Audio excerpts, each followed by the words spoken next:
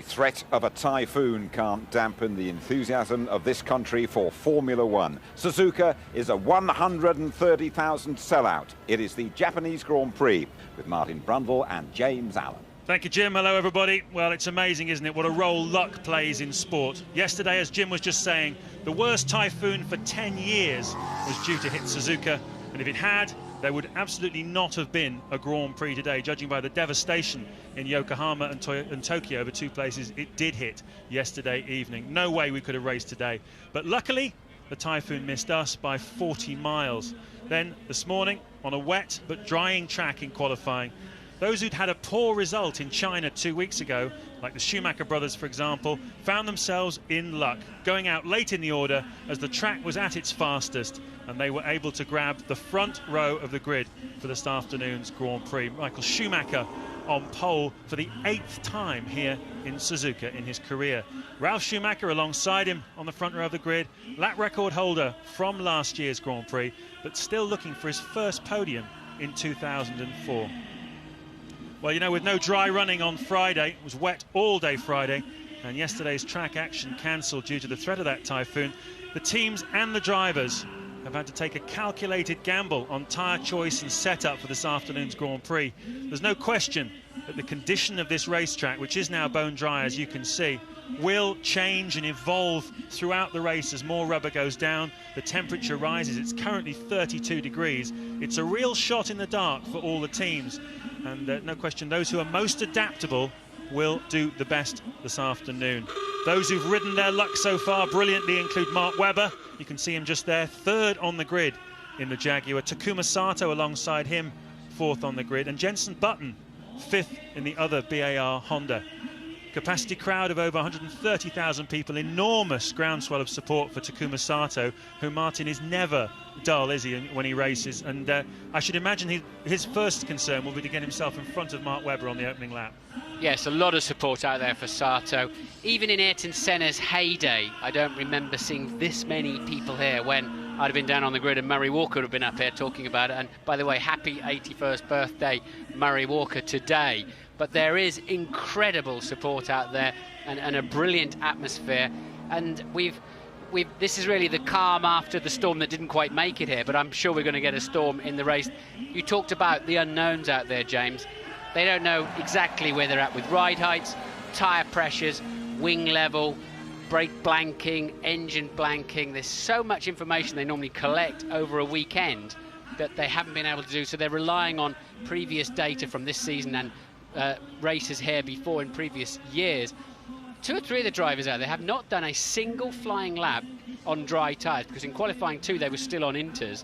So, but the bulk of the grid have only done the 1 flying lap on dry tyres. So they've had to guess which compound and construction to go for of the 2 that they're allowed to bring to each and every Grand Prix, and have a good educated guess, as you said, James, at the rest of the setup. It has been a change in climatic conditions announced, so they can run any tyres they want for the start of the Grand Prix. They can adjust the front wing, they can adjust the brake blanking and the engine cooling blanking, but to what? Well, indeed, and being able to change the tyres is quite significant, because it means that almost everybody, I would have thought, will put a new set of dry tyres on. As Martin said, 2 or 3 of them qualified on intermediate tyres that went out very early in the session. Timo Glock, for example, Gian Maria Bruni, but they've been allowed to go to dry tyres. You can see the shininess of those tyres suggesting that everybody has taken advantage, putting brand new set on. With a green track like this, no rubber down, the wear on the tyres is going to be very, very severe. And certainly that's going to be one of the keys to this afternoon's race, is managing the tyres. If they start to go off dramatically, you'll see it. You'll see the tyres get all scruffy, and you'll see the lap times getting scruffy as well. Ferrari will be particularly pleased, I think, to be able to change the tyres. We understand they're on the softer compound with a high wear rate, and that's before you take into consideration any graining or possibly blistering. We need to watch out for that in the race, James, because when the track is green, you've got a lot of long, fast corners here where you get a high temperature build-up in the outside tyres through those corners, and they've always been quite marginal on blistering, but with fresh tyres and a green racetrack. But we think also Ferrari is struggling on wear rate too, so they'll be pleased to just even knock 2 or 3 laps off those and give themselves fresh tyres to start with.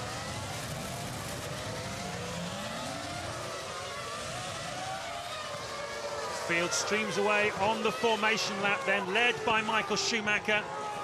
His 8th pole of the season. It's been a little bit quiet though since the Hungarian Grand Prix in August, beaten at Spa, as you remember, by Raikkonen, beaten since then twice by teammate Rubens Barrichello. Everyone expecting Michael Schumacher to bounce back very strongly here this afternoon. Also, you can see Mark Webber there just in front of Takuma Sato. Will this be a repeat of the Hungarian Grand Prix last year, where Webber, starting 3rd on the grid, held a lot of people behind him, and that allowed the cars in front? In that case, it was Fernando Alonso. Today, it's the Schumacher brothers to run away and hide. An awful lot of different tactics at play this afternoon. The teams, I know, are all going to have to be very alive to what's happening with the cars, the tyres, listening to the radios from the drivers, communicating what they want at the next round of pit stops. Strategies certain to evolve and change throughout the Grand Prix. Mixture of 2 and 3 stop strategies predicted, and the first stop somewhere around lap 10 to 13. Yes, of course they can take reference from the driver during the stint, but also they'll get to actual tyre pressures as soon as the driver's made his first stop. They can't do anything about that until the second stop. I remember when we used to have tyres fitted over a Grand Prix weekend and it had been heavily raining, often there was a moisture content got in the tyre. They do purge them and fill them with nitrogen, but there is still an element, a percentage of uncontrollability when slick or dry racing tyres have been fitted in damp conditions over a Grand Prix weekend. As you can see, the track is now bone dry. The temperature climbing all the time. It's now 34 degrees, the track temperature, 28 the air temperature. By far the hottest it's been all weekend, by far the driest it's been all weekend, but the humidity is intense. It's dropped down a little bit now. It was 90% about half an hour ago. It's gone down to just under 80%, but it's still very sticky out there, very physical on the drivers, this racetrack. It's going to be hard work this afternoon. It is actually raining 4 kilometres away from the racetrack. I just heard from one team on the grid. And so there's rain about, but that is forecast to pass well by. But 4 drivers to particularly watch out for who are out of position on the grid given the performance of their cars. Alonso 11th, Raikkonen 12th, Montoya 13th, and Barrichello 15th after locking his brakes in his qualifying lap at the final chicane and getting it horribly wrong. But we'll watch them coming through the field. And remember, Ralf Schumacher very sore about his brother Michael pushing him towards the wall here last year. They had a very intense dogfight, and they are lining up alongside each other on the front row. We're on board with Takuma Sato in 4th place. Just on the right of your picture is the Jaguar of Mark Webber. Behind him is Jenson Button, looking for a strong finish this afternoon. That battle continuing between BAR Honda and Renault for 2nd in the World Championship. 130,000 expectant Japanese fans. Sato carrying the nation's hopes. They're all looking forward to a good race, and so are we. You know the drill. When the 5 lights go out, we'll be racing at Suzuka. 53 laps then. Start.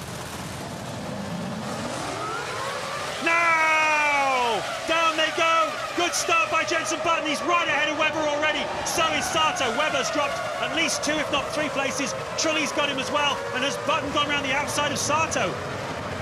Into turn 1 they go. Tremendous action then, an easy start then for Michael Schumacher, his brother following him, and I believe it's Button up into 3rd place. Coulthard looking like he had a tidy start too. So clean, no contact from what we saw, and that'll be Alonso trying to venture around the outside of the S's there. So Michael Schumacher leads from Ralf Schumacher, Button 3rd, Sato 4th, Trulli 5th, Webber 6th, Coulthard is up to 7th, Villeneuve 8th, Fisichella 9th, Alonso already up to 10.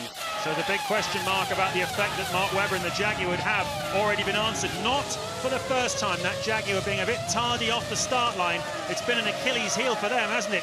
Remember back to the Malaysian Grand Prix earlier this year, Mark Webber on the front row of the grid went nowhere at the start. It's happened over and over again. This time he has lost 3 places. He's gone from 3rd down to 6th at the moment. Another poor starter, again a perennial poor starter this year has been Panis. He's down to 14th. So that's why several of them moved up a place halfway around the first lap. You can see Michael Schumacher pushing very, very hard on that brand new set of Bridgestone tyres. He leads his brother Ralf Schumacher. Jenson Button 3rd, Sato 4th, 5th is Trulli, 6th Webber, 7th Coulthard, 8th Jacques Villeneuve on his return to Formula 1, 9th Fisichella, 10th Alonso as they go across the start-finish line. Down in 11th place is Kimi Raikkonen. He's made up only one spot then off the grid. Juan Montoya, he too has gone up one place from 13th to 12th. You can see that he's got Rubens Barrichello, his very good friend, right behind him in 13th. Barrichello, a good start for him now, up 2 places at the start. As long and as fast and technical as this racetrack is, very little overtaking opportunity. You just got to be super brave into the final chicane, and even then the normal racing line is to use both sides of the track during the braking zone itself. But at the moment, look at the lead the 2 Schumacher brothers are pulling out. They were a full 3 seconds clear, and that looked like a BAR with seemed a bit tardy on its gear shift, but he's still right up there with Jenson Button. That's Sato we're on board with then, the long sweeping right-hander. Before it's very bumpy in there, and again without full control of the ride height, the plank hits the ground. You can see the yellow stuff on the racetrack as the cars are bottoming out, and there we are. BAR then 3rd and 4th at the moment. Yep, Jenson Button has done exactly what he didn't do 2 weeks ago in China, and that's had a cracking start. He dropped 2 places last week and off the grid in China, and that really compromised his Grand Prix. Still managed to fight his way through to 2nd place, but here today he's already got himself up into 3rd place, and he will be targeting that Williams of Ralf Schumacher, because let's face it, BAR Honda has been faster all season than the Williams. So Jenson looking at again trying to get at least 2nd place here this afternoon, but how much would he like a win? Big scrap going on there between Jacques Villeneuve and Giancarlo Fisichella in the Sauber. That's a battle for the final points position, 8th place. Fisichella lining him up. Yeah, that should be side by side down into turn 1. We're not going to see it, unfortunately, but not able to do anything about it. Or did he get through? No, Fisichella did get through. Missed that action, and now then that's Alonso with the full attention of Kimi Raikkonen behind him. Raikkonen taking a little bit of time to get up to speed, and interestingly, Michael Schumacher and Ralf Schumacher in the 133s, everybody else in the 35s and 36s. They're a country mile ahead. They certainly are. 3.2 seconds. Michael Schumacher is faster than Jacques Villeneuve, and this is how Fisichella did it. We saw him lining him up down the pit straight, and that was candy from the proverbial baby for Fisichella. Everyone expecting this Sauber on the Bridgestone tyres to be very, very strong here this afternoon.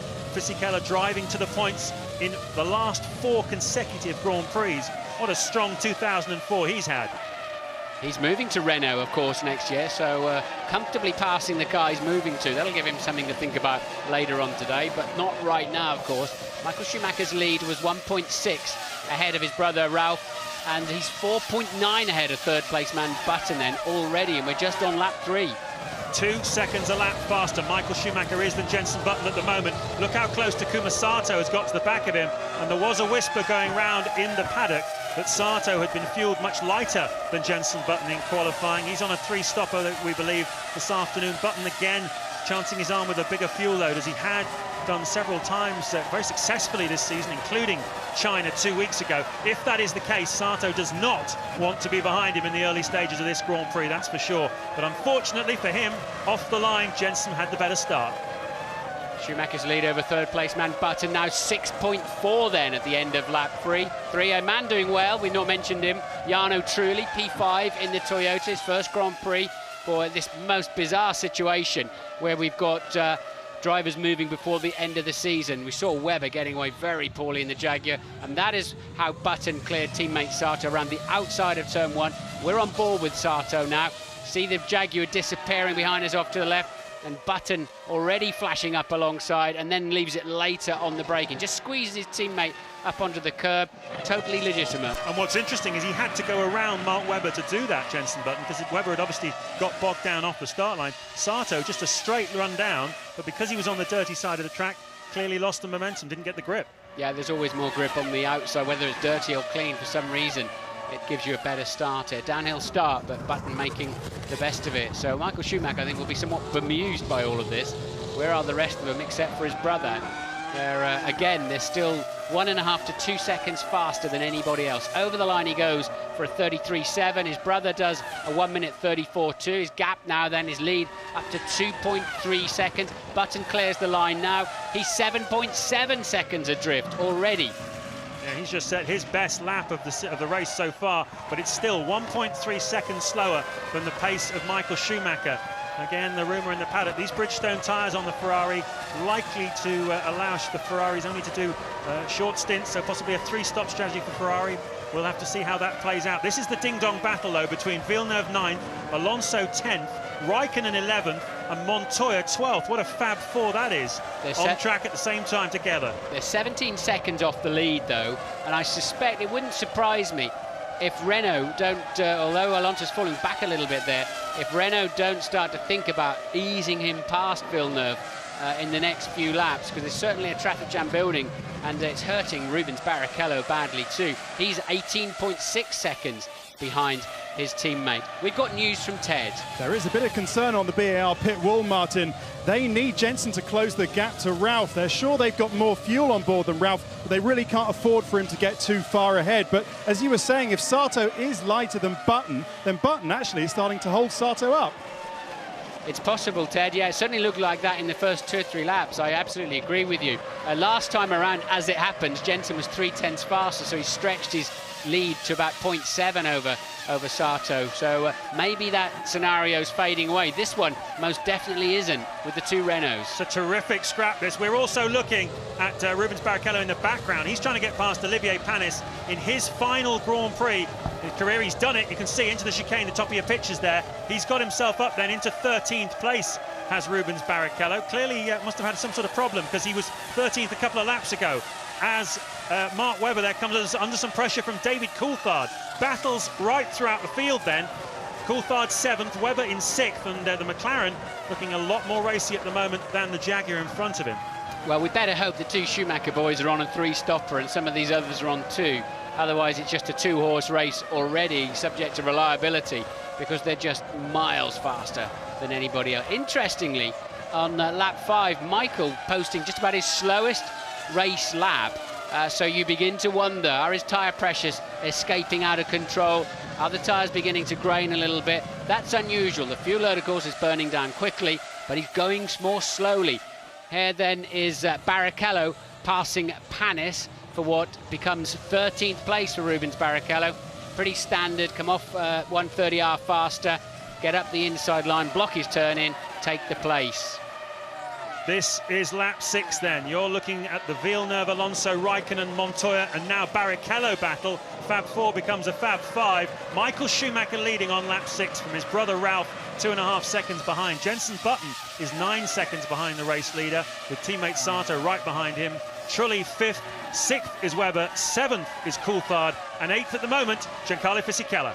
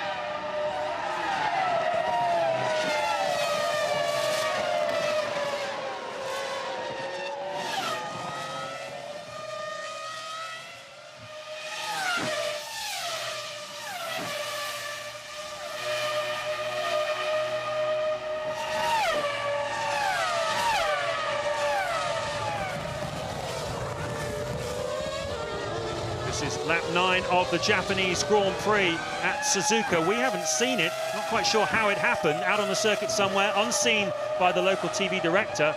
Takuma Sato passed Jenson Button. Maybe it was Button letting him go through. Possibly he had, we believe, less fuel on board than Button, and Button realising that let him through. But at the moment, Sato is substantially faster than Button at the moment.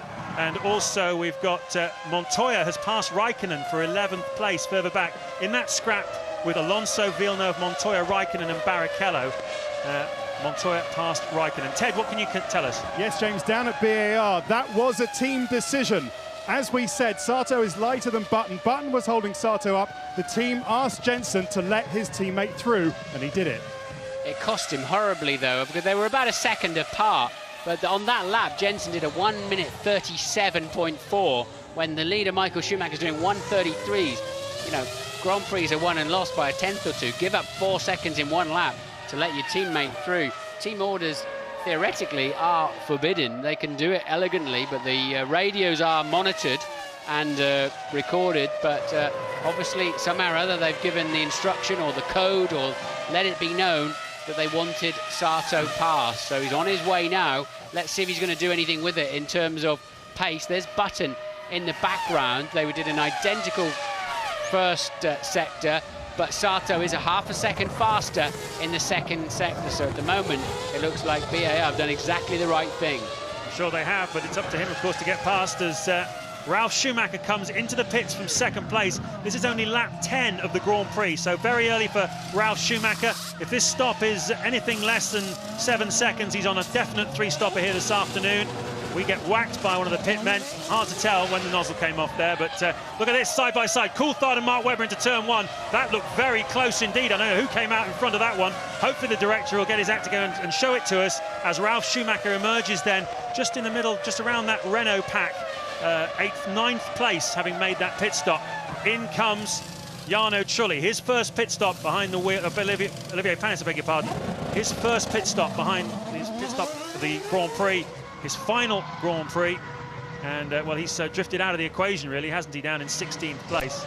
There'll be a lot of people relieved to see Ralf Schumacher pitting so early, and they'll be very much hoping Michael does the same very, very soon, because he's just walking away at the front of the field. But Coulthard being very much tucked up behind Webber now. A good scrap going on there. I would suspect he wasn't quite close enough to make that move in turn one. And at the end of the first sector, indeed, he's still behind Webber. So Webber 6th, Coulthard 7th. Fisichella a fraction behind him. And Alonso, having now cleared Villeneuve, he's 5.8 seconds clear of his teammate now, has cruised straight up to the back of the Trulli, Webber, Coulthard and Fisichella fight. So Schumacher, here he is, leading on lap 11. His brother has pitted. He's rejoined in 9th place. Takuma Sato is in 2nd place. Is that Coulthard through? I think that's Coulthard.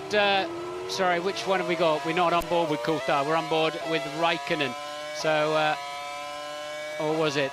No, he's got past him. It was Coulthard. There's the Jaguar, you can see, yep. And it looks as though now Fisichella is going to have a go into turn one. Mark Webber, a bit of a sitting duck, nothing he can do about the Sauber into turn one. Fisichella sweeps through, and Ralf Schumacher is in there as well, just in front of Villeneuve, with Montoya behind Villeneuve, Raikkonen then in 12th, 13th Barrichello, and Massa in the 2nd Sauber. You can see just tagging onto the tail of this bunch. What a scrap. It is a scrap, and Raikkonen's car looks horrible. He was really struggling. A lot of oversteer in that McLaren of Kimi Raikkonen. He's fallen back rather than gone forward as we might have expected. But Barrichello then, in that traffic, now 37 seconds adrift of his teammate. Michael Schumacher leads. Barrichello is 13th, 37 seconds apart, and they're only on lap 11. Yep, and Jacques Villeneuve at the moment down in 10th place. His teammate Alonso up to 8th. And Villeneuve lapping 1.2 seconds a lap slower than Alonso at this stage of the Grand Prix, which is a similar sort of what we saw in Shanghai. So Villeneuve's return to the cockpit with Renault at the moment, you have to say, is not going all that brilliantly. Alonso really extending this car, but Villeneuve not getting the most out of it. He said on Thursday it's a tricky little thing to drive this Renault. Alonso obviously has had a season of getting used to it, but Villeneuve struggling at the moment. As Sato crosses the line then, lap 12, he's 18.5 seconds behind Michael Schumacher, but 3 seconds ahead of teammate Jenson Button. Williams getting ready then for Juan Montoya. He hasn't stopped yet. Only Ralf Schumacher and Olivier Panis have made a stop. There's Webber in the Jaguar. This is lap 12, so bang on target for the short first stint. There you can see Montoya coming in as well. And one of the Saubers, I believe that's Felipe Massa, pitting from 14. Okay, so no sign then of leader Michael Schumacher pitting. He's 18.5 seconds clear of Sato in second. Button now 2.9 behind Sato, but gradually picking up speed. If we're right, then they are on different strategies. Still not looking too bad for Jensen. I suspect he'll be a bit disgruntled at that 4 seconds he had to give away to let his teammate through. Unseen, unfortunately, by the TV cameras.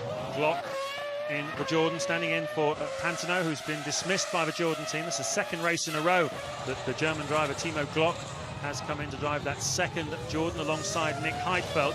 Button then 21 seconds behind Michael Schumacher at this stage of the Grand Prix, and if we're right, he's on a two-stopper to Michael's 3. That's pretty much exactly the margin, the difference. He's going to make one less pit stop than Michael Schumacher, who's just set the fastest lap of the Grand Prix so far, so I imagine his stop is not a million miles away.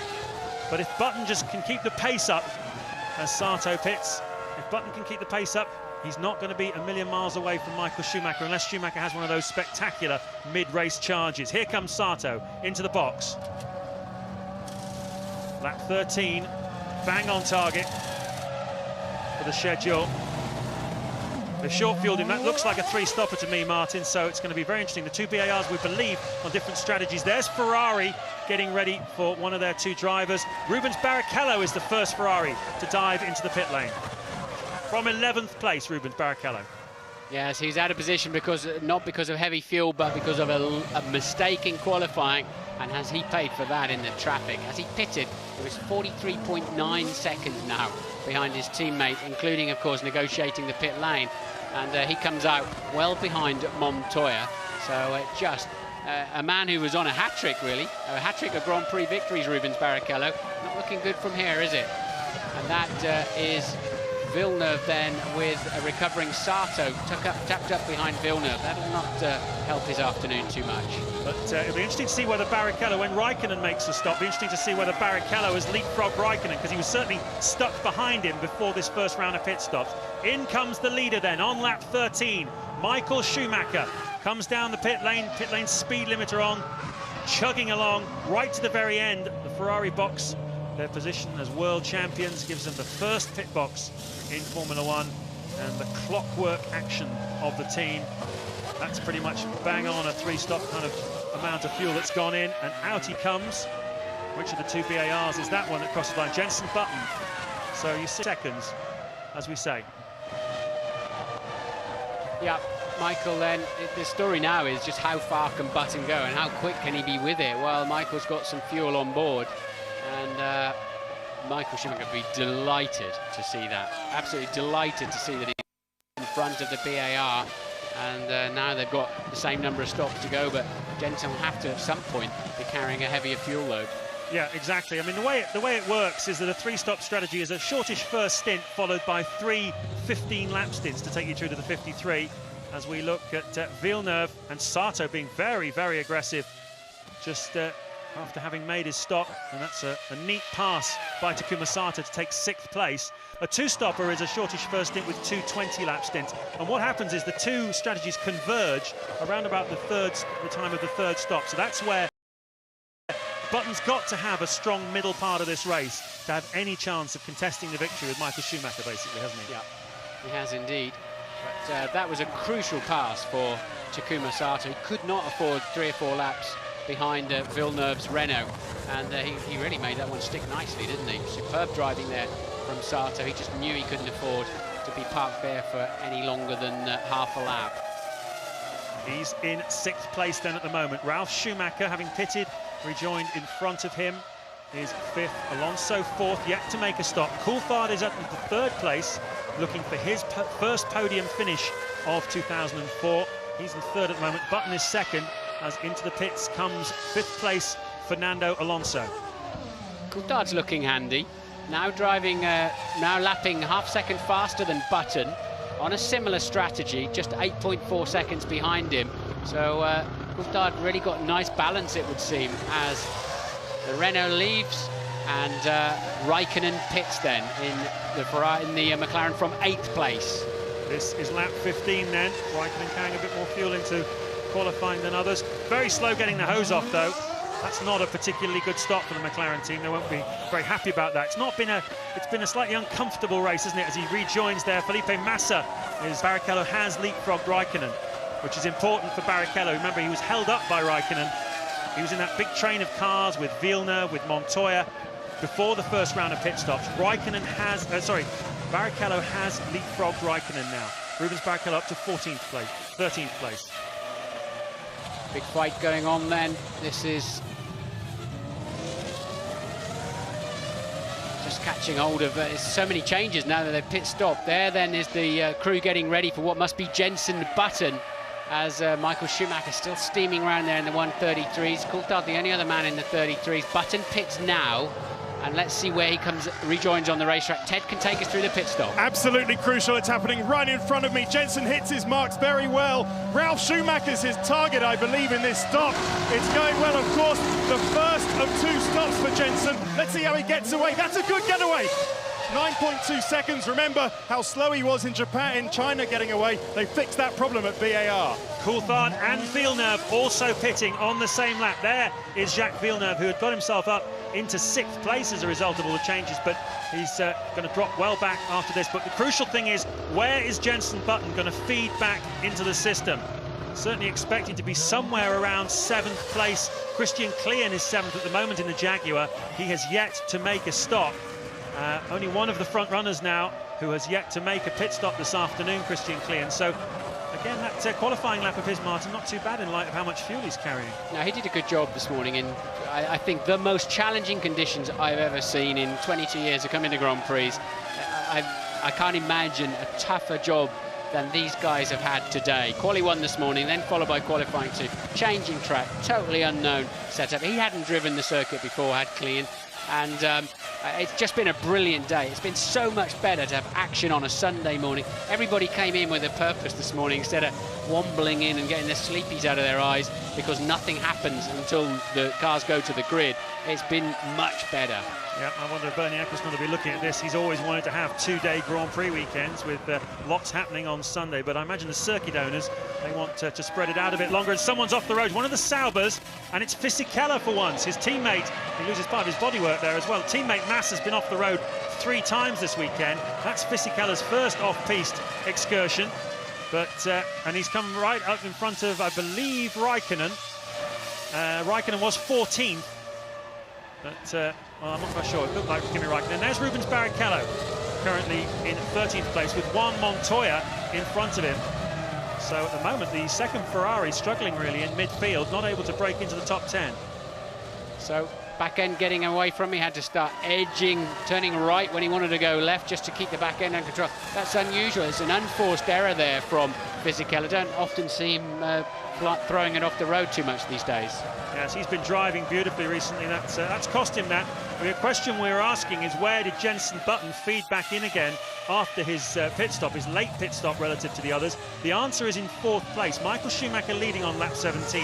Brother Ralph 16.5 seconds behind him now. That gap has really opened up as a result of that first round of pit stops. Sato 24 seconds behind the race leader, and Button 27 seconds behind the race leader. And this next middle phase of the race now, absolutely crucial for Button to get a good result here this afternoon. But David Coulthard has done himself a lot of favours with the strategy he's on this afternoon. 2-stop strategy for him from the looks of things, and he's up into 5th place now, having started 8th on the grid. 6th is Alonso, 7th is Trulli, and still 8th is Christian Klien.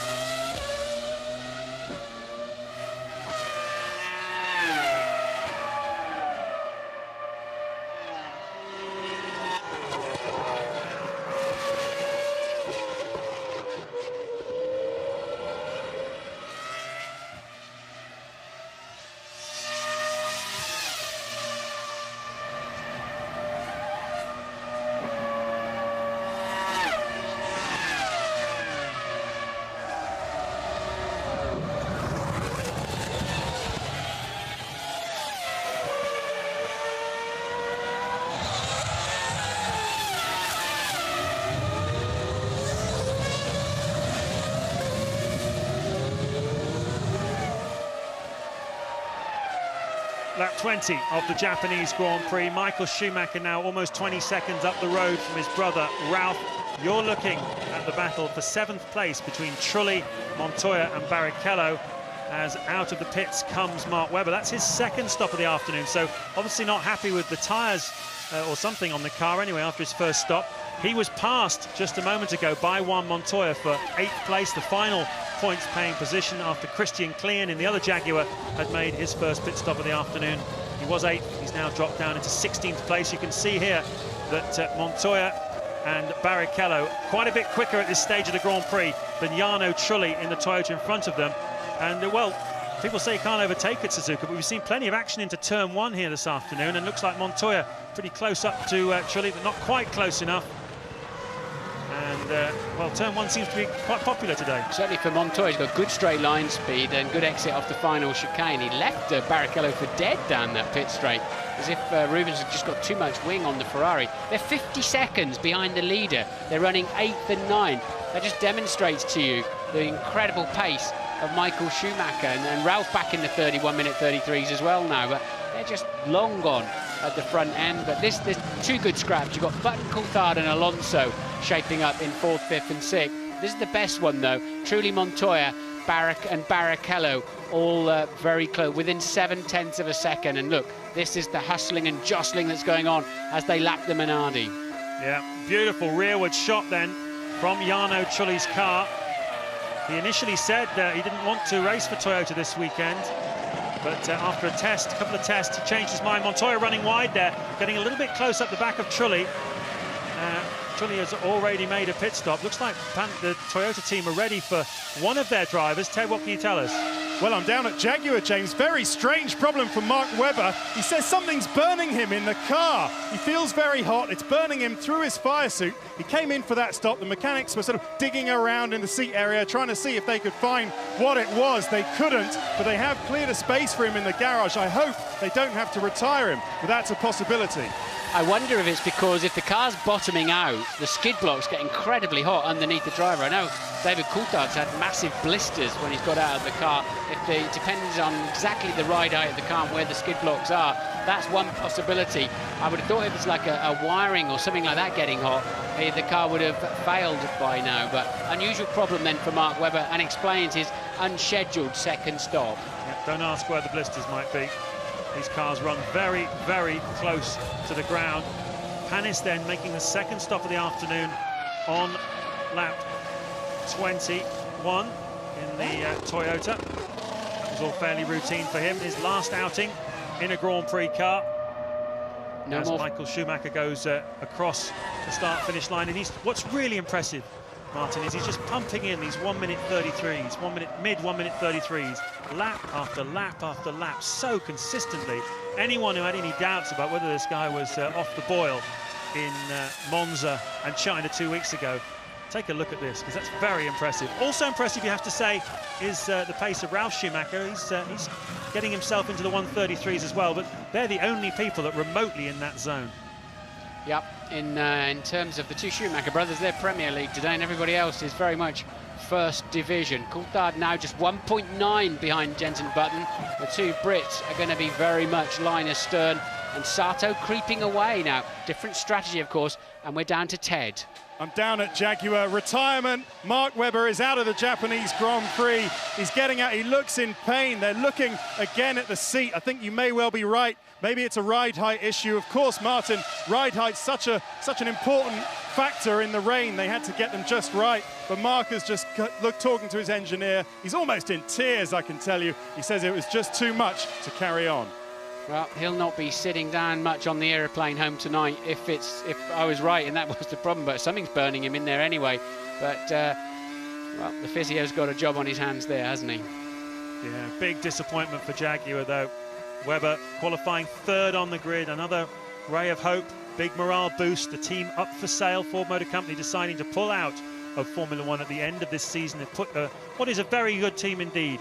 350 people there in Milton Keynes. Worked very hard since the Jackie Stewart days, Stewart Ford, and they've had good years and bad years over the time that they've been known as Jaguar Racing, but they would love to have gone out on a high today with perhaps 1 or 2 points.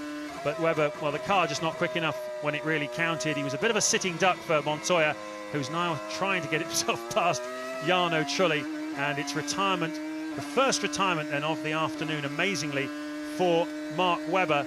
And well, this is the battle for 7th, 8th and 9th. And, well, Jarno Trulli is lapping about 2.5 seconds slower than Michael Schumacher. Montoya close, though, on the run down to the chicane, alongside him, Barrichello along the back as well. Montoya's gone too deep, and has Barrichello got past Montoya? Yes, he has! Barrichello kind of saw that coming, didn't he? Yeah, he did. He was in the piece for the first time this afternoon. Rubens Barrichello can let that Ferrari go. Yeah, he's 23 seconds, though, off a podium finish, and I'm sure that will be his target now. He is up into 7th place. And Takuma Sato, currently the final podium position, as you can see there on your screens, in 3rd place. And he's 24 seconds up the road from Rubens Barrichello. So that's Rubens' target. A big push for him. The Toyota's a bit like the Jaguar. I think it works its new tyres very well and gives good... here we are then. Barrichello making the most. He's already passed Montoya one corner earlier. Good straight line speed. Montoya absolutely his back foot. The Sauber's quick in the straight line anyway. And all changing. Two position changes and 3 position changes, all within about 400 metres. Great racing this afternoon. And Sato at 34 seconds adrift in 3rd place from Michael Schumacher, 5.2 ahead of his teammate now. Still think they're on different strategies. Is this our second retirement? Looks very much the case, doesn't it? And Coulthard getting ever closer to 4th place man Button. Yeah, Timo Glock there in the Jordan. Off the track, but seems to have found a gear. I don't know what that was. He's down at the Degner curves, the 2 right-handers under the bridge. That's where the track, actually, the figure of 8, and that bridge you just saw above Glock, that's where the track passes overhead. It's just before the 130R corner. This is the only track in modern Formula 1 where we have a figure of 8. There it is again, that bridge. And that's a high-speed straight just passing up above. This track, Martin, has absolutely hairpin bend. It has a chicane, fast corners, straights. It's really a tremendous challenge, a wonderful S's as well. And all the drivers really revelling in it this afternoon. This dry conditions for the first time this weekend.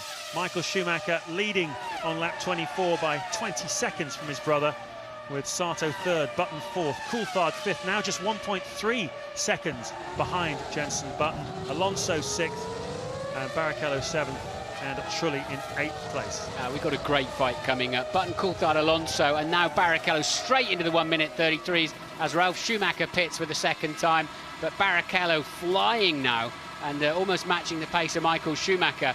And so we're going to see him cruising right up there, I think, in, as I say, in the Button, Coulthard, Alonso scrap. Ralf pits then, just seems... It's very slippery down there. You go through a rain gully as well as you come towards your mechanic. It's so easy to dive in there too quickly and mow down half your men. You really have to take it easy here at Suzuka on the pit stop. And there then is Button and Coulthard.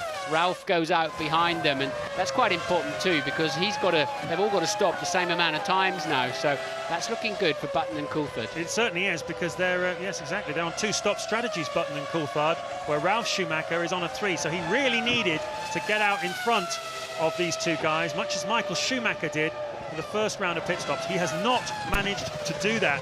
When is Jenson Button going to make his first stop? Well, he was quite late, his second stop rather. He was quite late with the first one. It was lap 15. And, well, I'd expect him to be coming in around about lap 33 or 34. So that's not for another 8 or 9 laps, Martin. That Ralf Schumacher now is stuck behind the 2 stopping Coulthard and Button. That's a big compromise for him. Yep. Coulthard down to just 0.9 of a second adrift of Jenson Button's going to be a good scrap there anytime soon. Fisichella remained ahead of Montoya. Montoya slipped back to P10 then.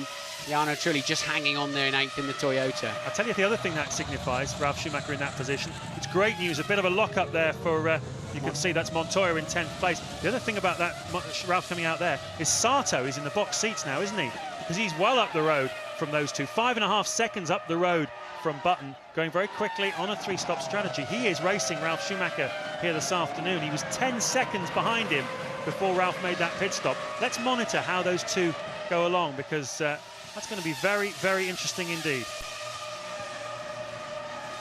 So, yes, he stopped 3 laps. Sato stopping 3 laps after Ralf last time around, so we can expect him in the next lap or 2. Toyota getting ready for Panis has already been in twice, so we can only assume that's for Jarno Trulli. Panis out of sync with one of those, complaining to the team on the radio about handling problems we're hearing from the F1 ITV pit crew. And indeed it is Jarno Trulli then in the Toyota, his first drive for Toyota. In he comes. A lot of Toyota employees here this weekend. They own their own racetrack at Mount Fuji. Remember back in 1976 where James Hunt won the World Championship there in the rain? Well, they've bought it. They've spent a lot of money on doing it up, and their boss here in Formula One, Tomita Son, was saying on Friday that he wants to take the Japanese Grand Prix there as Michael Schumacher pits on lap 27, the race leader. He's got a big margin in his pocket over Takuma Sato. He will be able to rejoin comfortably in the lead here this afternoon. The battle really, I think, is between Sato and Ralf Schumacher for second place and Button and Coulthard for third place in this Grand Prix this afternoon. But don't rule out Button and Coulthard if they find a bit more pace. Don't rule out them also being in that scrap for second here this afternoon. Michael Schumacher looks pretty comfortable at the front, but a four-way battle possibly for second place here this afternoon. Yeah, it depends on how Alonso and Barrichello keep moving up as well. They might even make it a 5- or 6-way battle. Sato pits from second place then. He's on a 3-stopper, remember. So one more to come after this. Should be 6-7 seconds. And we've missed him going away. So spot on then. And away he goes.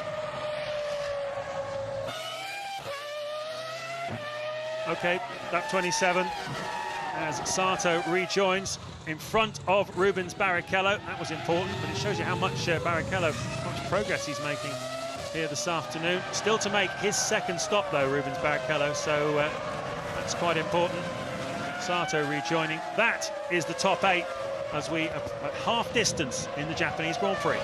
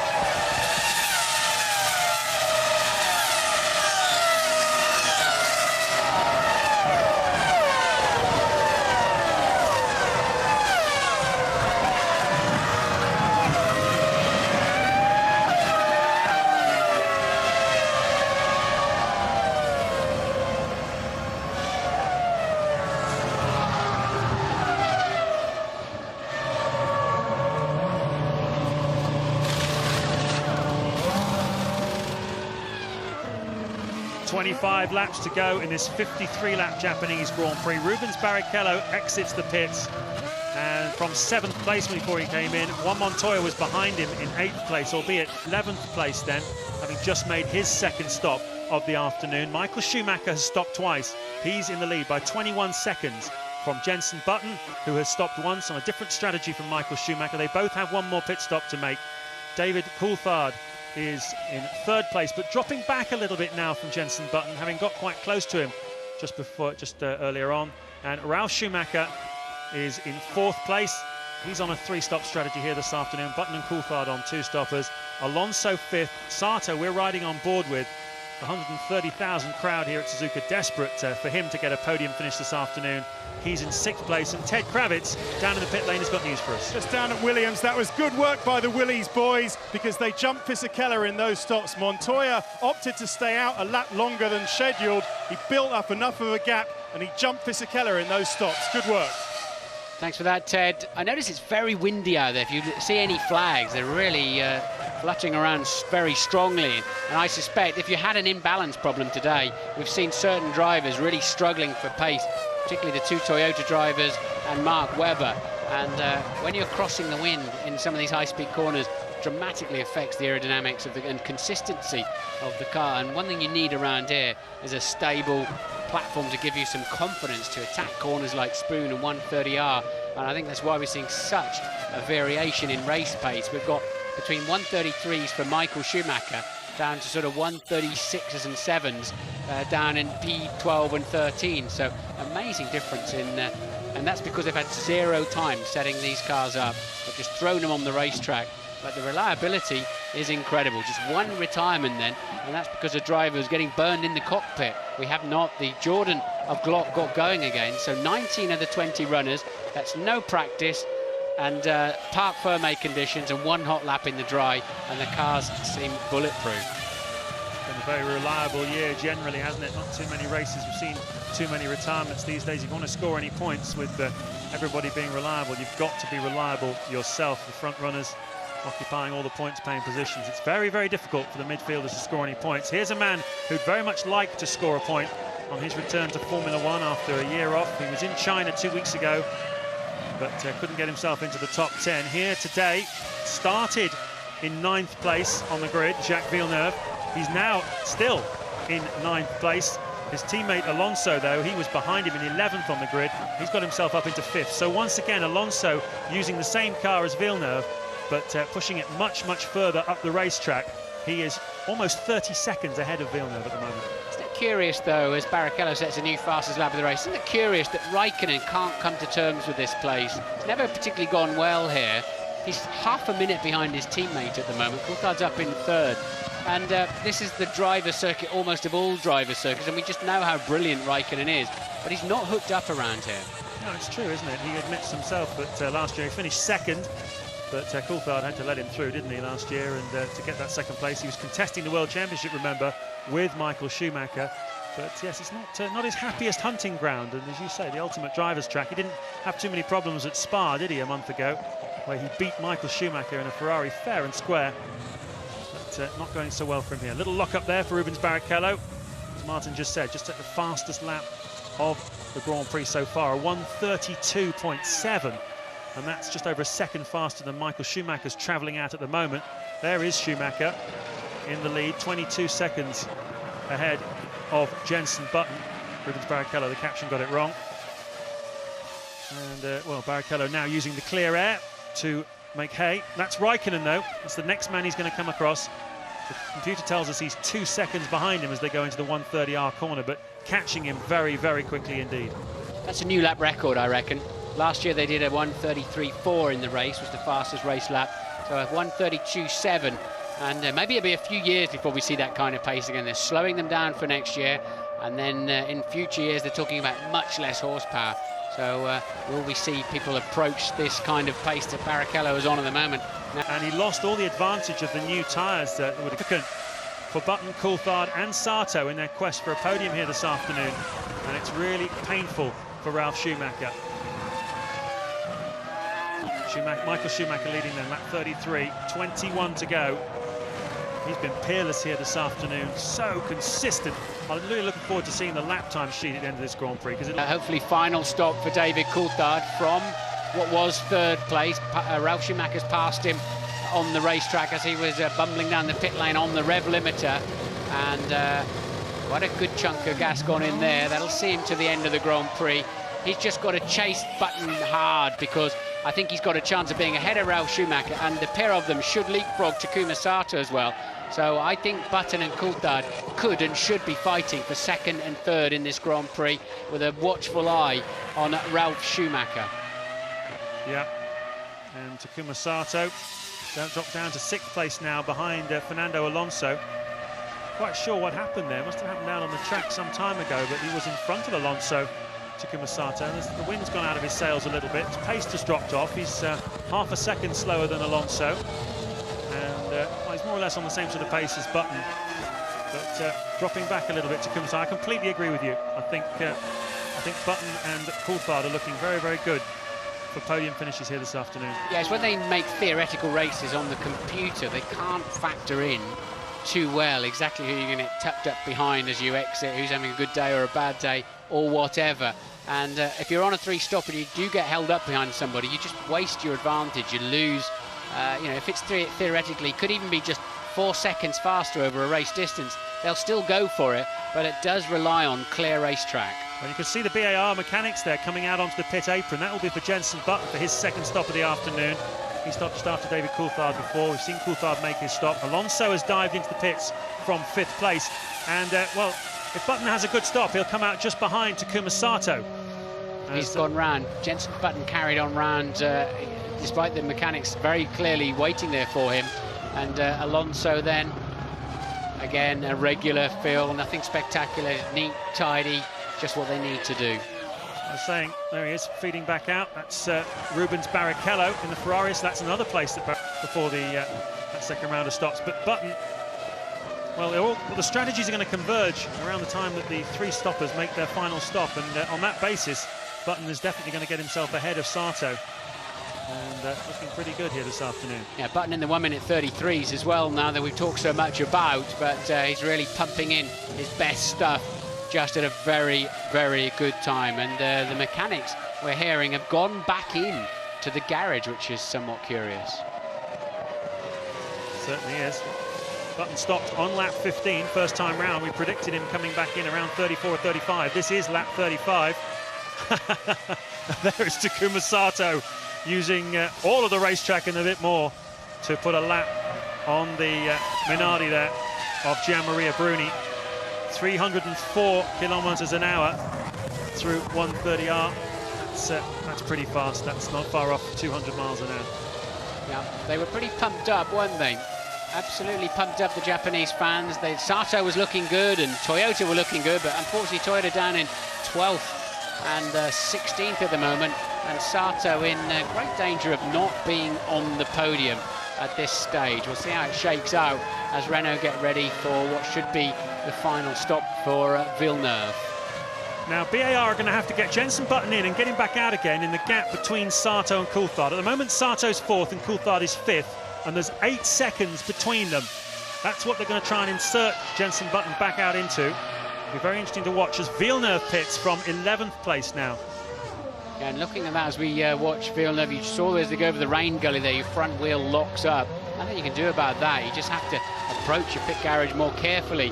But it's interesting because Ralf Schumacher is 23 seconds ahead of Coulthard with 1 more stop to make. He can get in the track.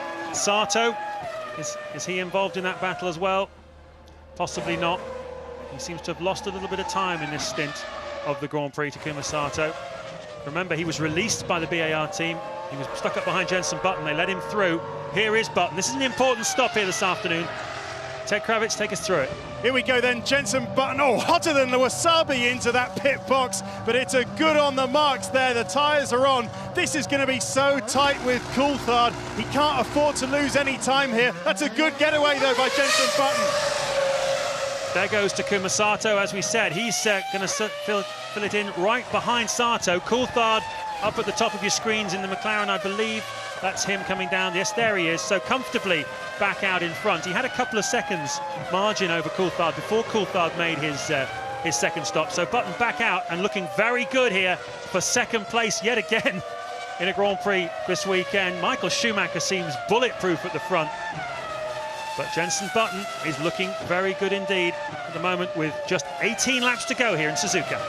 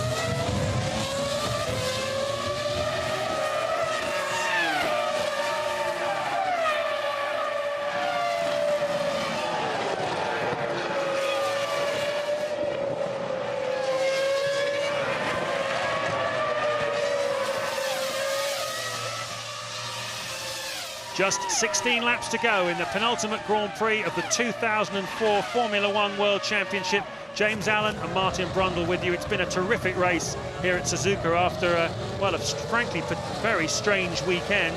A typhoon was supposed to hit us yesterday afternoon. They cancelled all track activity. The first time ever. Qualifying then shifted to Sunday morning. It's been a very, very busy day here at Suzuka. It started out wet. The track has dried out throughout the morning, but qualifying was a journey into the unknown for all the drivers. And this race has been held under dry conditions, sunny conditions. And Michael Schumacher has shown everybody who's boss, having had a quietish weekend in Monza and a very poor weekend by his standards in China, finishing in his worst ever finishing position, 12th 2 weeks ago. He's bounced back spectacularly here today. Pole position this morning. He's driven away at the front. He's been a second a lap faster than pretty much everybody else. We've got, however, a tremendous battle between Ralf Schumacher, Jenson Button, David Coulthard, and possibly even Sato and Barrichello as well. But certainly three drivers battling for second and third, the final podium positions. And they're on different strategies here this afternoon. Ralf Schumacher, Sato and Barrichello all on three stoppers. Barrichello was on a three stopper, but he's bent the front left suspension. Wow. And it's Coulthard. It's Coulthard that he's hit. They were pretty close they're on a different strategy, but they were close on the racetrack, and it looks like retirement for David Coulthard. What a shame. It's his right front. They've been quite clear. What's unusual there is it was Rubin's left front. They must have been side by side somewhere. Rubin's left front and DC's right front. So quite clearly they've gone side by side, I suspect, in the final chicane. Ted, do you know anything? Yes, I'm down at McLaren. It's all over for David Coulthard. It's the front right suspension. It's all askew. Rubens Barrichello very, very slowly into the pits. That also looks terminal, but we'll have to wait and see. Oh, but then Michael Schumacher's right behind him. Yeah, they wanted Barrichello out of the way there, desperately wanted him out of the way because Michael Schumacher was coming in for a stop. There was no danger of the two colliding. Barrichello didn't realise that Schumacher, his teammate, was right behind him. Schumacher rejoins comfortably after his third and final stop of the afternoon. Well, we saw Mark Webber also retiring earlier on as Rubens Barrichello climbs out of his car, and Webber is talking now with Louise Goodman. Yeah, Mark's cooled down enough to come out and have a chat with us. Nothing too singed, I hope, Mark. No, the skin is starting to break, but it was really strange, really bloody frustrating because to have a driver retirement after all the effort that goes in, it's really frustrating. But after 6 or 7 laps, the right-hand side of the seat was incredibly hot, and I thought it would stay there. I thought, man, if I can stay here, I'll be okay. But after the first stop, it just getting hotter and hotter and hotter, and the seat belt buckle was on the right-hand side was just like really, really hot water on my skin. And the guys tried with some water down my back at one of the stops, but it was not working. Any idea what was causing it? Well, we've had smaller situations in testing in the past, but nothing as extreme as this. Obviously, it's the first time we run this weekend in these sort of conditions, but very strange that even now the seat is very different side to side in terms of temperature. So, thanks, Mark. Well, bad news then for Mark Webber. We're just trying to work out what's going on between Ralf Schumacher and Jenson Button while we were hearing that. Yeah, it looked to me very much as though Ralf Schumacher making a stop. He'd had a very strong run leading up to his third and final pit stop of the afternoon. He came out behind Takuma Sato, who's yet to make his third and final stop of the afternoon. But crucially, Ralf came out in front of Jenson Button. So Button has not been quick enough in this third stint, and that means Ralf Schumacher is now the favourite to finish second here this afternoon, and Button is going to have to, well, he's going to have to pass him on the racetrack. 13 to go here at Suzuka, and quite a significant change there. Waiting to see it on the racetrack, but I believe that Ralf Schumacher is a second or two ahead of Jenson Button. Yeah, he'd certainly had the pace in the middle part of the race, and Jenson had been struggling and still continues to struggle in the 135s. Coulthard was struggling for pace when he went out, and so was Alonso. They've all put a new set of Michelins on, and they've just not had the pace. And what's happened between Coulthard and Barrichello, we don't know exactly where or how the contact finally took place. But you had Coulthard out on a fresh tyres with a fuel load. Barrichello was coming to the very end of his stint with a quick car, and they've met in the middle somewhere. Yeah, I have to say the Japanese TV director hasn't done us too many favours here this afternoon. A lot of stuff has gone on and hasn't even shown us a replay of it, but there has been a clash for sure, almost certainly under braking into the chicane between Rubens Barrichello and David Coulthard. I think I'm right in saying that's the first time this year, yes it is, that Rubens Barrichello has failed to finish a Grand Prix. So his amazing reliability record comes to an end here at Suzuka, where he won last year dramatically. And coming off the back of a 2-race winning streak for Barrichello in Monza and in Shanghai. That's a bit of a bitter pill for him to swallow. Nevertheless, Ferrari still happy. They've got their man out front. No one's going to get close to Michael Schumacher. But still, a good scrap for second and third here this afternoon. And Louise is down with Rubens right now. Rubens, tell us exactly what happened there. Oh, I was coming quite fast to overtake this year, and basically I wanted to get him by surprise because my car was running beautifully on the 130R. So I've done it flat, and then I just got him by surprise. But I don't know if he didn't see or what, but the impact was quite severe because he closed the door. It's difficult to say if it was anybody's fault. It's just that, you know, I couldn't lose much time, and he was like 2 seconds slower. So I had to go for it. Thanks, Rubens. I'm just reflecting back on the dinner we all had to get. 2 dinners we had in Phuket last week, DC and Rubens and Felipe and all of that, and it was such a happy affair. But he said he wanted to catch him by surprise. Well, quite clearly he did, but they were lapping about 2 seconds adrift at the time because of the different strategies. But we'll have to wait and see. We can't apportion blame. Hopefully Louise will catch up with David Coulthard. We'll hear his side of the story, but it's a great shame. It's taken the fizz out of that battle. It looks like Ralf Schumacher's got the high ground now for second place. Button lapping 8/10 slower than Ralph, so he's not about to close him down any moment now. Alonso falling back. He's 19 seconds behind Button, so it's all beginning to stabilise now. And a couple of incidents just took the fizz out of, didn't they? Yeah, certainly did. But I tell you what, who's going to be happy right now, Martin? That is Dave Richards and Jeffrey Willis, the technical director of the BAR team, and David Richards, the boss of BAR Honda. Because if, as things stand at the moment, and we believe Sato has to make one more stop here this afternoon, he should be able to make the stop and come back ahead. Oh, he's just made a stop, I beg your pardon. Come out ahead of Alonso. That means that BAR will have a margin of 16 points in the World Championship over Renault, which means Renault would have to finish first and second in Brazil to knock BAR off second place in the championship, which is highly unlikely. And well, that really is terrific news for BAR Honda if they can take second place in the World Championship. This time last year, they had just 16 points. They're on target to have 100 more than that when they leave here this afternoon. What a turnaround. Very much best of the rest after Ferrari, and probably on half the budget, I would imagine, of something like Williams or McLaren. So great performance from them this year. Michael Schumacher leads by 23.7 seconds from his brother. Button currently in third place. Sato has just left the pits, and he'll be chasing him down hard. He's 13 seconds behind him in fourth.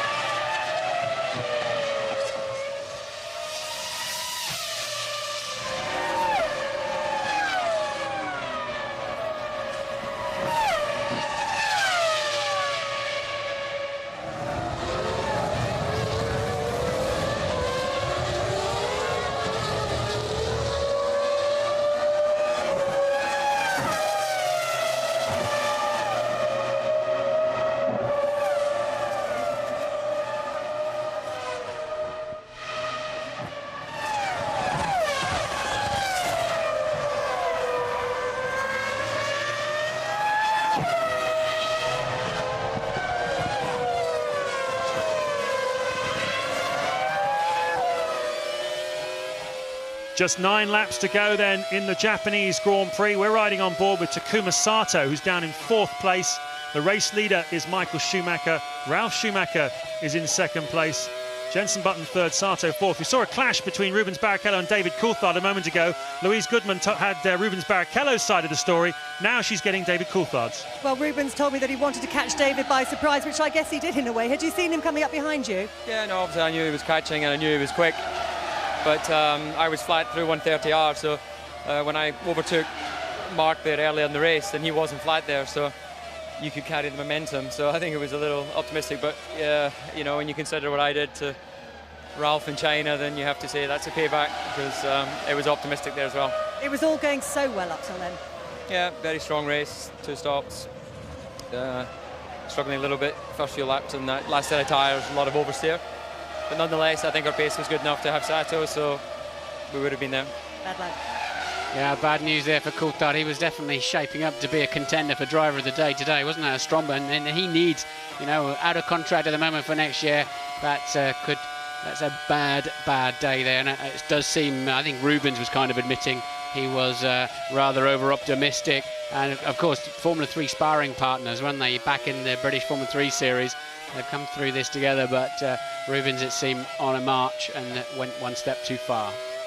Well, it's been an entertaining afternoon. We've spent a lot of time looking at Takuma Sato, but at the front, the 2 Schumacher brothers pulling away from the BAR Hondas off the start line. Mark Webber in third on the grid, dropping down to 5th early on. You can see Sato there just adjusting his helmet. I think he's just doing something on the right-hand side of his helmet, but Sato and Button were scrapping for a fairly distant third behind the 2 Schumacher brothers early on. Then we saw Sato going past. He was on a different strategy from his teammate, and well, Martin and I speculating that Martin speculating the 4 seconds that Button lost on that lap, letting Sato through, that was the exact margin he was behind Ralf Schumacher when Ralf emerged from his third stop. Button appeared to have done enough to take second place here this afternoon, but well, Ralf Schumacher managed to come out from his final pit stop ahead of Jenson Button, and those 4 seconds potentially from moving out of the way for Sato cost Button second place here this afternoon. Nevertheless, looks like BAR Honda on target to seal, perhaps not sealed second place in the World Championship, but make it very unlikely they're going to lose it to Renault in the final Grand Prix in Brazil in 2 weeks' time. Tremendous midfield scraps involving some very big names in Formula 1. Raikkonen, Villeneuve, Alonso, Montoya and Barrichello all together in the early stages of the Grand Prix. A lot of overtaking as well. And, well, as you just heard from David Coulthard, a collision between him and Rubens Barrichello, the pair of them battling for, well, they were in the scrap for the podium positions here this afternoon. Been a lot of very strong performances by a lot of drivers here, but I have to ask you, Martin, just looking at some of the teammate comparisons, I mean, Button and Sato, different strategies, difficult to compare them, but Raikkonen and Coulthard both on a similar strategy, and Coulthard was much more impressive today than Raikkonen. Alonso and Villeneuve again on similar strategies, and Alonso 1.5 seconds a lap faster than Villeneuve today. Yeah, you'd have to say Villeneuve's not really, Jack's not really hooked it up yet in the 2 races he's done in terms of consistently quick pace, still getting used to that Renault. I think you'd have to say Jenson has outperformed Takuma Sato, carrying a heavier fuel load most of the day, and has ended up 8 seconds ahead despite losing that time when when he had to let him through. But you know, if BAR want to win a Grand Prix, they've got to sort out this first phase after a pit stop when they've fueled the car up. I don't know if it's a tyre thing or a balance, whatever it is, they're just too slow, and it cost him in China heavily too at the last Grand Prix.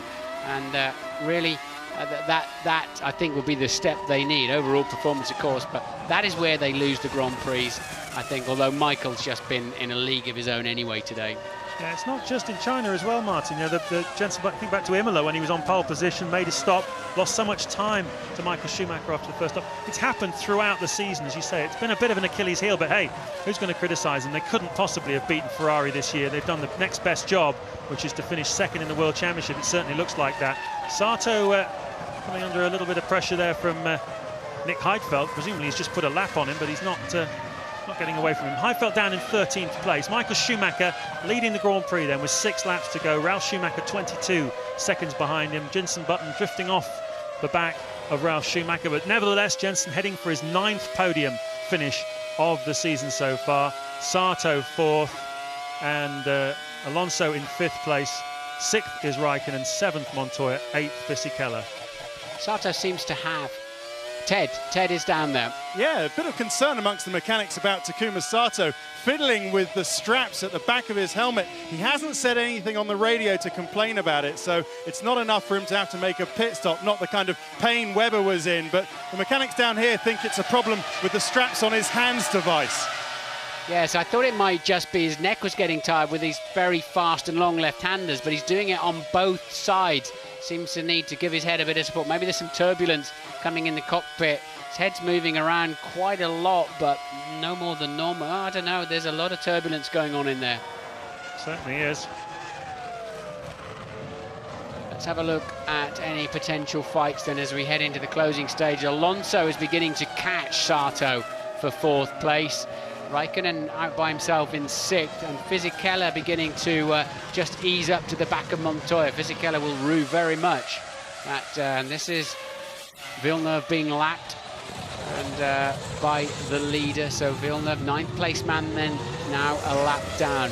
23 seconds up the road is Fisichella, and he's hunting down Montoya for 7th and 8th. Yep, looks like Felipe Massa, you can see there in the Sauber, is hunting down Jacques Villeneuve. That's the battle for 10th and 11th places. Massa really has hauled him in the last couple of corners. Villeneuve having to go offline to let Michael Schumacher through. That certainly cost him, didn't it? As Massa gets up very, very close behind him. Everyone just spaced out, as you say, Martin, in the top 8. Just Montoya with Fisichella a couple of seconds behind him. That little last battle for the final 2 World Championship points. Massa having a look at Villeneuve going down the inside. He's been thinking about that for a while. Villeneuve goes defensive. Nice defensive driving indeed by Jacques Villeneuve. Massa had a crack at it, but Jacques showed all his experience there and his pride. He's not going to let Felipe Massa go past. And remember, Villeneuve is driving for the Sauber team next year, but Massa just so much quicker. Oh, that Sauber's been, of course, you've got the Ferrari engine, which is so quick down the pit straight. Quite clearly, they're not running as much wing, but it's power as well. And Jacques did well. The Massa never should have let him back through, to be honest. Once you pass him, you've got to nail him high and dry. And Felipe kind of had that one ticked off, I think. He had that pass absolutely ticked off and was probably not expecting Jacques to re-accelerate around the outside of him. And this just drove clean past him. Incredible. Well, remember, those two will be teammates together next year at the Sauber team. So we don't want too many rude manners in the closing stages of this championship. They've got to work together through the winter and throughout next year, certainly together. We'll try and be nice to each other as possible. 4 to go. Michael Schumacher has backed off a little bit now. Ralf Schumacher on the same sort of pace, just 21 seconds behind him, but Jenson Button not really able to do anything about Ralf Schumacher. Sato in 4th as Ralf locks up a little bit to the hairpin there. I think the Japanese crowd will be a little disappointed to see Sato finish 4th. He's finished in the points on both his previous races here in Japan, but I think they expected perhaps just a little bit more from their local hero, particularly given that he was running in 2nd place at several stages of this Grand Prix, perhaps letting them dream that he might get himself up there on the podium. I think it was Aguri Suzuki, wasn't it, back in the early 90s, the last time, perhaps the only time we had a Japanese driver on the podium here in Suzuka. Yeah. And he's driving the LaRousse, so it's been a long wait for the Japanese to see one of their own up on the podium, and I'm afraid looks like they're going to have to wait a bit longer. Baumgartner out of the race for retirement. So Baumgartner in the Minardi, we saw him parked up in the gravel. Coulthard, collision with Barrichello, and Webber then with some heat being transmitted through his seat and seat belt, which he couldn't bear any longer, and just got some skin burns, it seems. But 16 runners then at this stage. Michael Schumacher leads by 20.5 seconds over Ralf Schumacher. Jenson Button a further 8.3 seconds away, 28.8 away from the leader. Sato slipping back, now 11.5 seconds behind Button. And Alonso just about holding station in 5th place with a 5.3 behind Sato. Who's the man on the move? Raikkonen beginning to close in on Alonso as well. So Raikkonen's found reasonable pace towards the end of the Grand Prix. Montoya out on his own in 7th. Fisichella just keeping it honest, and 3 seconds behind him for the final point in 8th. Yep, Raikkonen in 6th at the moment, as you can see, closing in on Alonso. Big day for him then, in a way, even though it's not been a very competitive day for him. Those 3 points, if he finishes 6th, will push him ahead of Keke Rosberg in the all-time point scoring list. Remember, Rosberg was a world champion back in 1982, the first Finnish driver to really break through in Formula One, inspiring the likes of Mika Häkkinen, JJ Lehto, and indeed Kimi Räikkönen. And just a week short of his 25th birthday, Räikkönen moves ahead of the great Rosberg in the all-time points standings. Still a long way behind Häkkinen, of course. Michael's lapping 3 seconds off his sort of normal. He's slowing down. He's just letting Massa go past to give him a run. Effectively, it's almost a sister car, isn't it? But he let Massa unlap himself. So Massa unlap himself, and he's just cruising. Just didn't want to get in the way, and he's absolutely coasting. If you watch him through 130R, he's about 4 or 5 meters away from the outside of the racetrack. He's just absolutely wandering around there, and also wondering where the rest of them got to. Well, he might wonder. Very relaxed on the pit wall. Only a 2-banana strategy probably today for Ross Brawn. Not a great deal of thinking for him to do, with Michael Schumacher imperious at the front. He's moved past Gerhard Berger now. He's the second most experienced Formula One driver of all time. He's 46, though, behind Riccardo Patrese, who did 257 Formula One Grand Prix. I wonder if Schumacher will eclipse that record. Perhaps it'll be the only record left uneclipsed, depending on how long he goes on in this extraordinary career. But that's a sign of the times, isn't it? The Ferrari team just getting ready to wander over to and cheer their man over the line. No fingernail biting of, can we do it, can we do it? Incredible. Ted has some more news for us. Down at Renault, Jacques Villeneuve's problem is understeer on this set of tyres. His lap times have been all over the place. A 1:37 this lap, a 1:38 the last one. So bad understeer hindering that Renault. On to the last lap then for the world champion. Into turn 1 he goes, and the Ferrari crew, all 60 plus of them that travel to every Grand Prix around the world, they've got a huge budget, and boy do they use it well. Schumacher looking for Ferrari's 15th win out of 17 Grand Prix so far this season. It really has been an extraordinary year for them. And his winning margin over his brother, well, I think he's backing off to make it look like the margin was significantly less, but the reality of the situation is that he beat his brother by almost half a minute before he started backing off. Jenson Button looks like he's going to come through to the final podium position, his 9th of the season, with Takuma Sato some way behind him in 4th place. What can you say about this man that hasn't already been said before? He really is a hurricane of a driver. Out of the spoon curve, up the straight, past the pond for the final time. This beautiful circuit that's so challenging for the drivers. Every corner, they say, you have to take risks. Every corner beckons you on, asks you questions. This one in particular, 130R, taken at well over 180 miles an hour in full racing speed. But Michael Schumacher is in cruise mode. He is coming through to claim his 13th win of the 2004 World Championship. He's bounced back strongly after a poor showing in China. Michael Schumacher shows everyone who's boss. The Italian flags proudly proclaim the car as being made in Italy, but the driver, his gift made in heaven. Ralf Schumacher, terrific drive by him today as well, particularly bouncing back, and he seemed to have been held up behind Button and Coulthard, but that's a really good bounce back for him for his first podium finish of 2004. Meanwhile, Button, well, he's been up there many times this season. He won't be unhappy with 3rd, but he will feel, perhaps, that it could have been 2nd.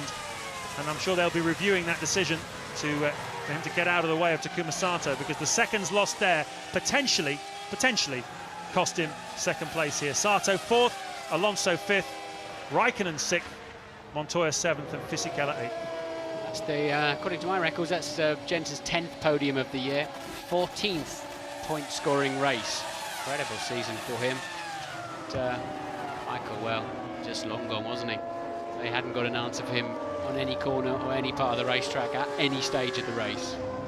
So presumably he's your driver of the day, but there have been quite a few other strong contenders today. Yeah, I think so. I think Alonso's done a solid job in 5th too. Coulthard was on a decent run.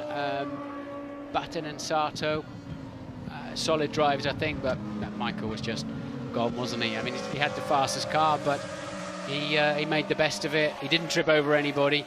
Rubens really paid a heavy penalty, didn't he? He won in China, so he went out early this morning. That disadvantaged him because the track was still dry. Made a mistake, ended up a long way back on the grid, ends up tripping over David Coulthard, and that's how it's a concertina effect, it's a knock-on effect. And Felipe Massa there, who finished 9th, just outside the points, clearly probably out of fuel, I would imagine. Yeah, Jacques Villeneuve, for the record, finished in 10th place, ahead of the man he replaced in the Renault, Jarno Trulli, making his first outing for the Toyota team, for whom he will drive next year. That's the photo on the front page of the sporting section tomorrow. Yet another win, number 13. Unlucky for some, but luck, as I said at the beginning, playing a big part in the story here. You needed to be out late in qualifying. Michael Schumacher was, by virtue of that poor finish in China, and well, made all the difference for him. Same story with Ralf Schumacher as well. Remember, he retired in China, and that really worked out for him here. So Williams back on the podium, first time in 12 races, and Patrick Head of the Williams team talking to Ted Kravitz. Indeed, down here at Williams. Patrick, is that a bit of a relief, honestly, to be back on the podium? Well, I suppose I'd be being dishonest. So I'm certainly pleased to be on the podium, no doubt about it. But you know, 2 cars in the points, and we pulled ahead more from McLaren, and obviously it's very important to finish ahead of them. Fantastic drive from Ralf. He did just what he needed to do at the right time with speed. Juan got an overtaking manoeuvre wrong with Trulli, lost a couple of places, and the traffic didn't fall right for him. Very dependent on traffic here, but great race from both of them. With the exception of the last race, of course. Do you think Ralph's been a bit better since his break? Everybody in the team says what a pleasure he is to work with, and why have Frank and I not signed him up for next year? He's a very fast driver, and he's very good, and deserves to get results. I hope it won't be so good for him next year, but no, I don't really mean that. But no, fantastic to see. Thanks, Patrick. Well done. Yes, Ralf will be hoping those Toyotas have got a rather more consistent race pace, but nonetheless, that's where he's off to next year. Massive points advantage, haven't they, Ferrari? Just incredible. Certainly have, but as you saw there, there's 16 points advantage now. Started out as 9 between BAR and Renault. Michael Schumacher celebrating and savouring the moment. He's clinched world championships here before. He clinched this one a long time ago. He didn't need too much help from this guy today. Ross Brawn, the strategist and technical director of the team. Ferrari were more adaptable on the day. Schumacher more adaptable and faster with his car and his tyre package. It was a day of guesswork, really. They'd only had wet running on Friday. A few hastily scrabbled together laps on a drying track this morning in qualifying. And well, you have to say all the Formula One teams rose to the occasion this afternoon, didn't they, in very difficult circumstances.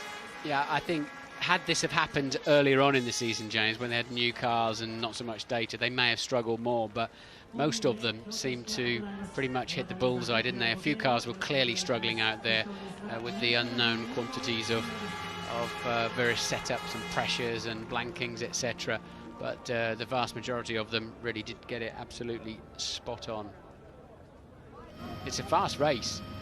An hour and 24 minutes, average speed, including pit stops and everything, 218 kilometers per hour. It's the nature of the circuit, and it was a hot pace.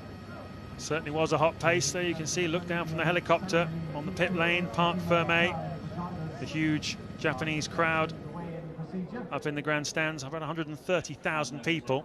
There's a big Honda plant here, so a lot of their workers will have come down to see this one, to see Takuma Sato. 1 goal, it says on his gloves. They certainly hoped that goal today was a podium, but it wasn't to be. Jenson Button, as Martin said, getting his 10th podium, not 9th as I said earlier on, 10th podium of the season so far in his place, and well, just emphasizing that Italian message. Amazing how the success of Ferrari in the last 5 or 6 years has transformed the image of made in Italy. Back in the 1970s, if you said a car was made in Italy, people would raise their eyebrows at you. Now, made in Italy means something, doesn't it? It means Technology, glory, success. What a tremendous sheen Ferrari have put on the brand. Yeah, and let's hope there's a British Grand Prix next year so we can say raced in Britain, and of course 6.5 for the teams are based in Britain. Minardi can't have 2 bases, don't they? It's a saga, isn't it? The British Grand Prix. One more run and run. And here's your race winner. Out onto the podium.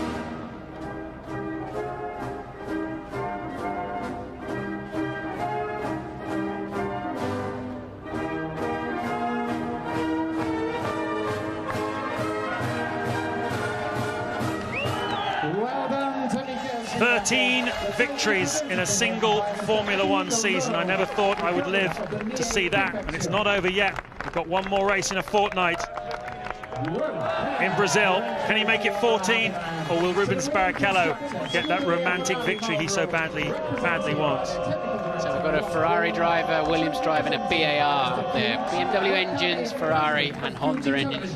Michelin and Bridgestone represented. Jenson Button spoiling the family party up there, isn't he, really? The two Schumacher brothers. But really great variety, good drives.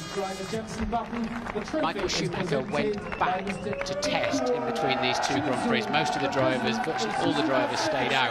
Button there raising his third place trophy. But Michael said, I want to try and win one of the last 2 races. Remember, he's had a 3-race losing streak, and he was one of the few to go back and work between China and Japan. Well, Formula One's unpredictable weekend in Japan ends with an expected conclusion. The typhoon may have missed us yesterday, but today we have been truly blown away by Hurricane Michael.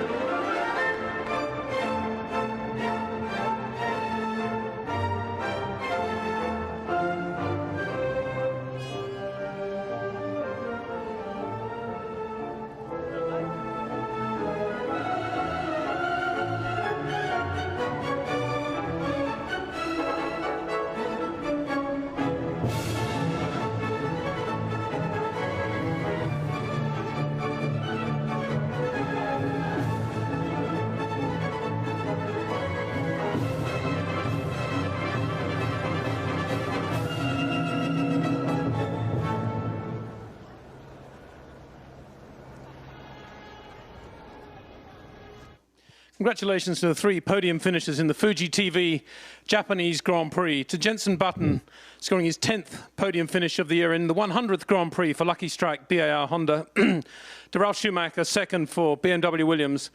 And to Michael Schumacher, extending his own personal record to 13 wins in the season for Scuderia Ferrari Marlboro. Michael, looked like a copybook race today from the pole. A difficult qualifying session, obviously, earlier today. And then start to finish. Yeah, we obviously sort of pre-decided the race at qualifying, because it was for us pretty clear that we would have a very strong race pace, but qualifying was the doubt, in particular as it was damp condition and we can have problems in these conditions. As we got pole position there, I was pretty confident if the start was going well that I could do it. Though I had Ralf in my mirrors for quite a while and the gap wasn't increasing as I was sort of expecting. Because they seem to find a very good race pace too. But luckily he pitted earlier and then it was sort of clear how the race would go. There were quite a variety of strategies today, probably because qualifying and racing was on the same day. Was that a concern before the race, wondering what everybody else was up to?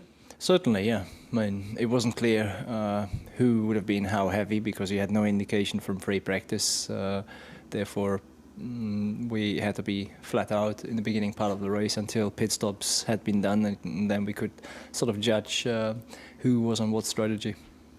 And a trouble-free, instant-free race, except I think there was a Jordan stationary in the middle of the track, and on one lap you came past. Yeah, but there was enough space, there was yellow flag indication. I slowed sufficient down to make sure I can handle the situation, and then it was straightforward. Congratulations. Thank you. Ralf, congratulations to you too. Your first proper podium, shall we say, of the year. Good to see you back here. And a trouble-free race and not too much traffic around you either once Michael had got away. Well, I mean, the start went okay. And I was actually surprised that I was able to follow Michael.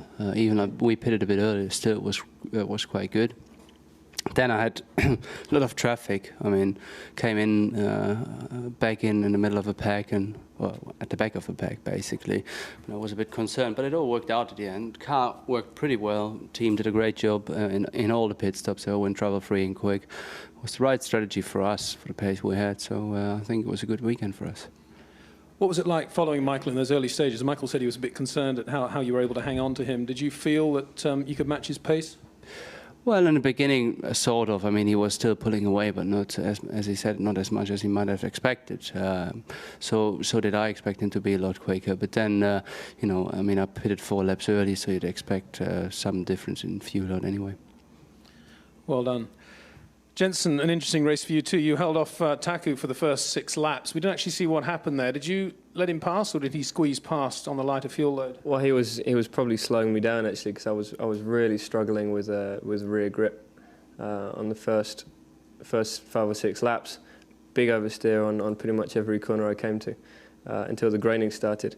So he came past through the quick left-hander Dunlop. There was no use trying to fight him or anything, because I knew that I was on a different strategy. As it turned out, your 2-stop beat his 3-stop. Yeah, well, the strategies were very, very similar in time, race time. But I went for the 2-stop because it worked for me very well at the last race, and I'm used to driving the car when it's pretty heavy, and it worked pretty well. But compared to these two, we were quite a way off in the end. Where do you think the difference was with Ralf today? Do you think it was in that early stage? The first stint, definitely. I mean, he pulled out a huge gap in the first stint. Ralf stopped, I think it was 6 laps before me, but even so, the pace was just, the difference was huge. Well done. Well, Michael, we had a unique day today, qualifying and racing on the same day. Your verdict of how it went? Yeah, I think that goes down to history that day of Formula One. Pretty sure some people will think whether we should continue to do that way. I have to say it was exciting, but I prefer the old style. Well done. If you can have some words from you now in your own language. Ja, ein sehr interessanter Sonntag. Nachdem wir heute Morgen das Qualifying für uns entscheiden konnten, sah es auch fürs Rennen natürlich sehr positiv aus, da im ganzen Jahr eigentlich unsere unser Rennspeed immer sehr gut war, habe ich auch hier nichts anderes erwartet. Speziell, wo wir hier auf Bridgestone Hausterrain sind.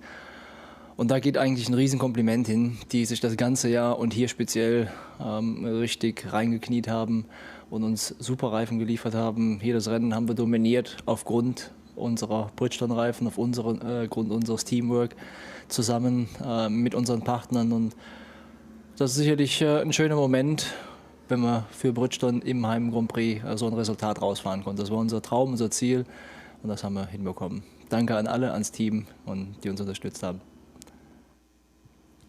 Ralf? Naja, es war natürlich gerade nach China, wo es ja schon fast ganz okay war für mich, schon toll, dieses Wochenende so gut dabei zu sein, Zweiter zu werden, vor allen Dingen fürs Team, um unsere Position zu stärken, speziell gegenüber McLaren, was ja ganz wichtig ist im Constructor. Jetzt werde ich gleich so schnell wie möglich mal einen Drink mit dem Team nehmen und dann so schnell als möglich nach Hause zu meiner Familie und dann mit denen auch zu feiern. Thank you, gentlemen.